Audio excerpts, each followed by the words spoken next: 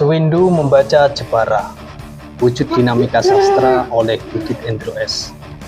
Membaca Jepara merupakan bukti nyata kerja keras sastra yang dilakukan oleh para penulis yang ada di Jepara. Hal ini terbukti dari jilid 1 hingga ke-8 selalu ada dinamika yang unik, apik menuju yang lebih baik. Terlepas dari kualitas karya, setidaknya para penulis memiliki stamina yang kuat dan solid sehingga mampu menunjukkan perkembangan atas karya-karyanya.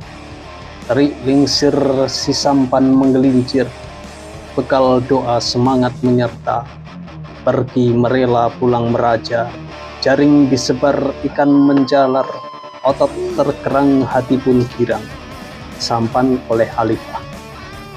Sebuah ungkapan betapa menariknya Jepara dari sisi sumber daya alam, perekonomian, industri serta kreativitas masyarakatnya, serupa dengan tuangan puisi Safitriyaningrum, Tini Sri Padmoningsih, Siti Mahmud Hasyam, dan beberapa penulis lainnya. Bentuk tangkapan yang dituangkan dalam buku ini adalah hasil dari pembacaan penulis terhadap segala hal yang ada di sekitarnya. Membaca kemudian disajikan dalam bentuk tulisan sehingga hasil pembacaan tersebut dapat dibaca kembali oleh seluruh pembaca buku ini. Kemudian, Agung Setioadi menyajikan romantisme dengan gaya yang berbeda. Ia menyodorkan nuansa harmonisasi religiusitas dari berbagai sisi.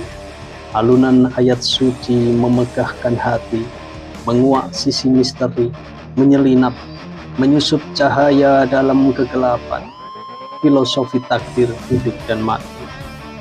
Hal senada juga tertuang dalam puisi-puisi Adi N. Abror, Budi Agus Dewi, juga Khairun Yusuf, meski dengan gaya yang berbeda-beda.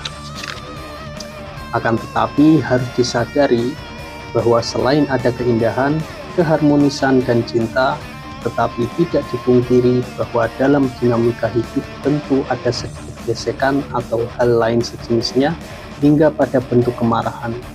Kemarahan di sini adalah kemarahan yang muncul karena teramat mencintai. Hal ini sangat jelas tersaji dalam puisi-puisinya Agung Trilaksono, Bayu Andara, dan Satria W.A. Meski dalam puisi ini seakan bernada marah serta kekecewaan terhadap kondisi di Jepara, tetapi ketika ditelisik lebih dalam, kemarahan dalam puisi ini justru merupakan ungkapan sebuah kecintaan yang teramat dalam terhadap kotanya. Kemudian sang penulis mencoba untuk melakukan teguran, kritik, dan saran melalui karyanya. Bentuk kecintaan tersebut sangat jelas tertuang dalam puisi Pelabuhan Jepara, Doa untuk Jepara, karya Arif Darmawan. Ia tak sedikit pun merasa menyesal terhadap segala yang sudah dipilihnya. Dengan penuh kesadaran, ia bersikukuh pada prinsip dan ia tetap menjelma puisi. Meski samar cahayanya, tak ada sedikit pun yang disesali. Laron teringat kata sakti terucap, sekali berarti setelah itu mati. Karena itu, ia tetap teguh menjelma puisi. Menjelma puisi oleh Arif Darmawan. Selain berbagai ungkapan tersebut, ada juga karya-karya bernuansa satir yang dirangkai apik tentang realita keseharian serta mengandung nilai-nilai filosofis yang teramat dalam, seperti Sadia Nur Komar dalam puisi Percakapan Ombak Mati, juga Iska Wijaya dalam Mawar Diludah. Kemudian, kehadiran para penulis baru dalam buku ini tentu tidak sekedar memenuhi space halaman semata, melainkan turut mewarnai betapa dinamisnya kesusastraan yang ada di Jepara.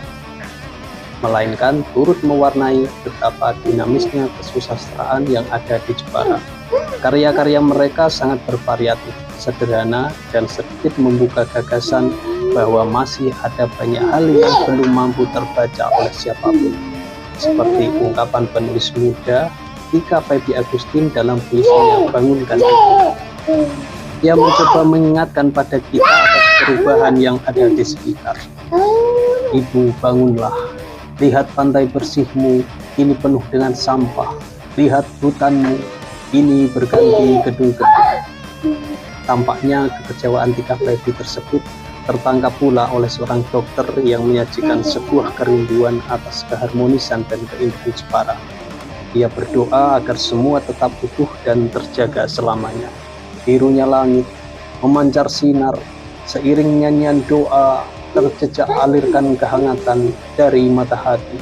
Bismillah. Selamat pagi Jepara oleh Tini Sri Padmoningsih. Selain itu, ada juga penulis muda yang memiliki daya ungkap yang berbeda. Kepeduliannya terhadap kehidupan pelaut tentunya yang ada di Jepara tergambar pada kopi yang ia nikmati.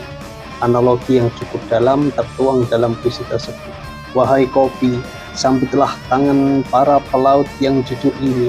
Aku butuh awak kapal untuk mengarungi sepi. Kopi Laut oleh M. Atta Bigda. Ya, inilah dinamika kesusastraan yang ada di Jepara. Kerja penulis tentu sangat berbeda dengan profesi lainnya. Penulis bekerja dengan analisis dan kajian, kemudian dengan daya kreativitasnya dituangkan dalam karya sastra berbentuk puisi. Tentu akan sangat berbeda jika dibandingkan dengan tulisan-tulisan lain, karena dalam menulis puisi diperlukan endapan, renungan, serta kepekaan rasa agar karya yang ditulis tidak sekedar berbentuk fisik susunan kata-kata bertubuhkan puisi. Di dalamnya tentu terkandung ruh atau kejiwaan yang menyertai, sehingga kekuatan puisi semakin tampak. Membaca Jepara jilid ke-8 ini secara keseluruhan mungkin belum bisa dikatakan sebagai karya yang memuaskan pembaca. Akan tetapi, sebagai ruang berproses menulis, pendokumentasian karya, serta inventarisir daya dan potensi tentu perlu mendapatkan apresiasi yang dalam. Ada banyak hal yang lebih penting dari sekedar mencermati susunan kata-kata, stamina, konsistensi, serta intensitas para penulis dalam berproses adalah hal terpenting dalam sebuah penerbitan buku karya pertama secara rutin setiap tahun, seperti membaca Jepara ini. Melejitlah membaca Jepara, bersama besar di sastra, membesarkan Jepara dengan sastra. Didit Endro S, inisiator dan koordinator membaca Jepara. Thank you.